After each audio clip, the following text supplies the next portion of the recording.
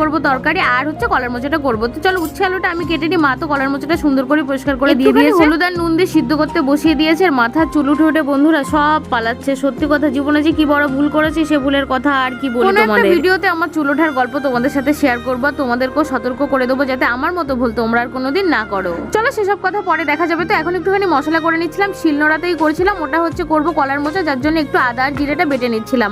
কি বলতো, শিলনোড়ায় বাটলে না তার টেস্টটাই কিন্তু আলাদা হয়। এইখানটায় দেখো বাটা মাছ নিয়েছিলাম, এই মাছটা দিয়ে আজকে উচ্ছে আলু দিয়ে একটুখানি ঝোল করবো। মাছগুলো কিন্তু অনেকটাই ফ্রেশ ছিল। তো তোমাদের সাথে রেসিপিগুলো হয়তো শেয়ার করবো না, তারপরে যতটা পারি ততটা একটু একটু করে তোমাদের সাথে শেয়ার করে দিই। চলো দেখে নাও। কি বলতো, যদি রেসিপি শেয়ার করতে চাই না তাহলে ভিডিওটা অনেকটা লং হয়ে যাবে, আর যেটা হয়তো অনেকে দেখবে না, যার জন্য অত কিছু শেয়ার করার প্রয়োজনটা মনে করলাম না, একটুখানি শেয়ার করে দিচ্ছি। এটা হচ্ছে যে কলার মোচাটা রান্না করবো সেটার জন্য এইখানটায় তেলের উপরে দিয়ে দিয়েছি গোটা গরম মশলা। আর এই যে দেখো আদা জিরে বেটে যেটা রেখে দিয়েছিলাম ওইখান থেকে বেশিরভাগটা আমি এইখানটা ইউজ করে দিলাম, আর বাকিটা সবজির জন্য রেখে দিলাম।